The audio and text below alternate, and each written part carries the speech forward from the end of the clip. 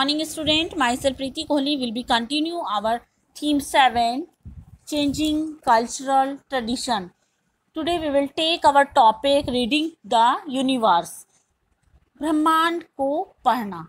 Galileo once remarked that the Bible that lights the road to heaven does not say much on how the heaven works. Galileo ने एक बार remark किया था Bible में कि स्वर्ग से जो लाइट या रोशनी आती है उससे हमें स्वर्ग जाने का रास्ता पहुंचता है. ये कि यहाँ से स्वर्ग कितनी दूर है, कैसे पहुंचा जाएगा. The work of these thinkers showed the knowledge as distinct from belief was based on observation and experiments.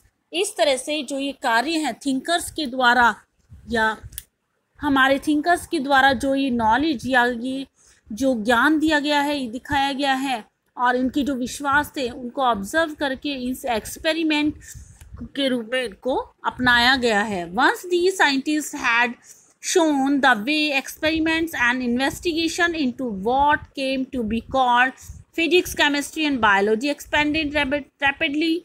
Historian were to label this new approach to the knowledge of man and nature the scientific revolution.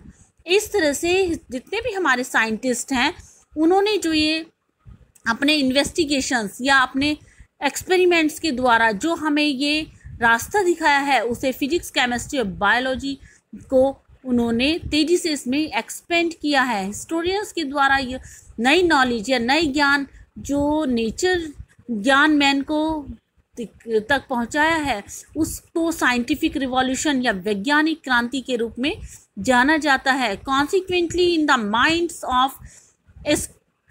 Of sceptics and non believers God begin to be replaced by nature as the source of creation. Even those who retained their faith in God started talking about a distant God who does not directly regulate the act of living in the material world. इस तरह से इसका परिणाम ये हुआ कि जितने भी बिलीवर्स थे उन्होंने गॉड को ये रिप्लेस करके नेचर को क्रिएट किया एक सोर्स के रूप में. इवन दोस्त यहाँ तक कि जो ईश्वर के विश्वास था वह उससे बातें करने का या ये डायरेक्टली उनको नहीं बताया गया, ये जो वर्ल्ड के मटेरियल हैं उनके द्वारा इनको एक्ट किया गया.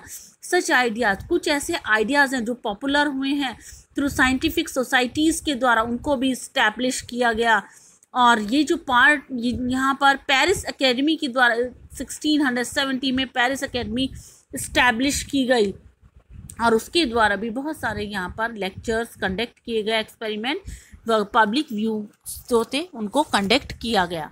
Was there a European Renaissance in the 14th century? क्या 14th century में ये पुनर्जागरण हुआ था यूरोप में? Let us now, अब हम यहाँ पर कंसीडर करते हैं जो रिनाइसेंस है या पुनर्जागरण है, क्या हमें इसके लिए कोई marking a sharp break with the past and rebirth of the ideas from Greek and Roman tradition. क्या इसके लिए हमें रिमार्क करना होगा, पुनर्जन्म करना होगा आइडियाज़ का जो कि हमें ग्रीक और रोमन ट्रेडिशन से प्राप्त हुए हैं. Was the earlier period 12th and 13th centuries a time of darkness? क्या 12th और 13th century जो उससे पहले के पीरियड है क्या वो डार्कनेस के पीरियड थे या अंधकार का समय था?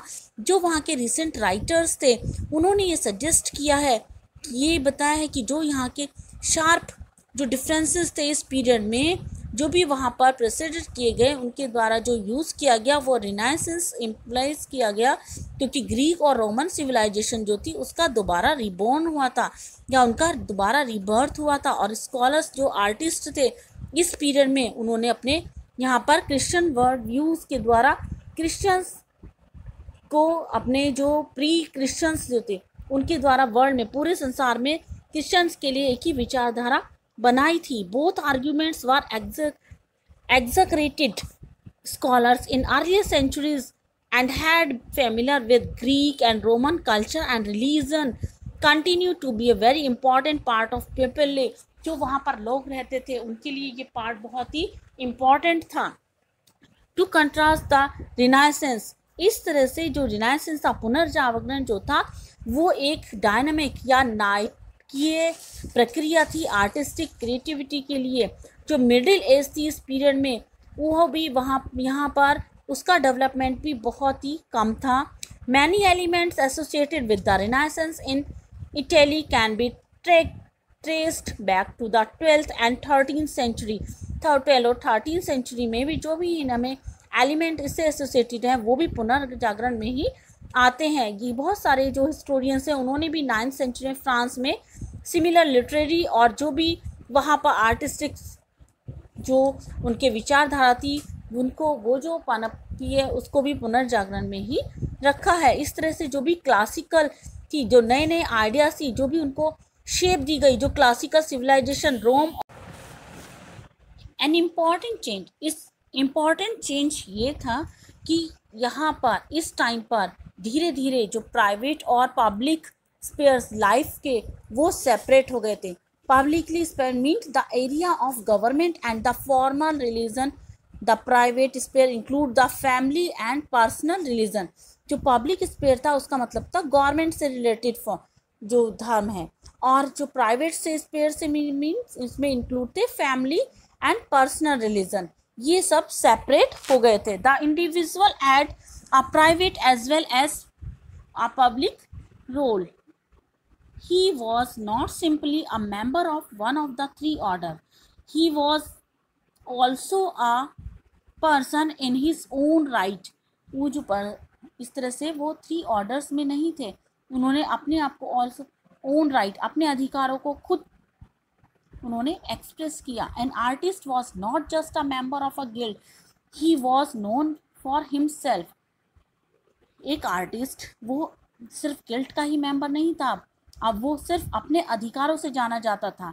18th सेंचुरी में this sense of the individual would be expressed in a political form in the belief that all individual had equal political right। 18th century में जो इस सेंस थी इंडिविजुअल की पॉलिटिकल फॉर्म में उसको एक्सप्रेस करने के लिए सिर्फ उनके बिलीफ जो इंडिविजुअल ही नहीं थे, वही उनके पॉलिटिकल राइट्स भी इक्वल थे।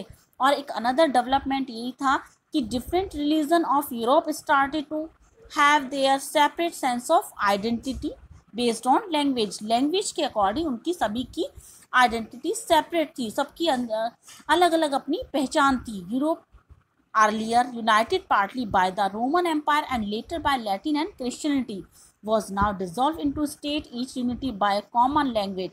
यूरोप इस टाइम पर सेपरेट अलग अलग हो गया था इनटू स्टेट्स में, अब यहाँ पर वो स्टेट में डिसॉल्व हो गया था, और जो यूनिटी थी कॉमन लैंग्वेज की वो सबकी सेपरेट थी, अलग अलग थी।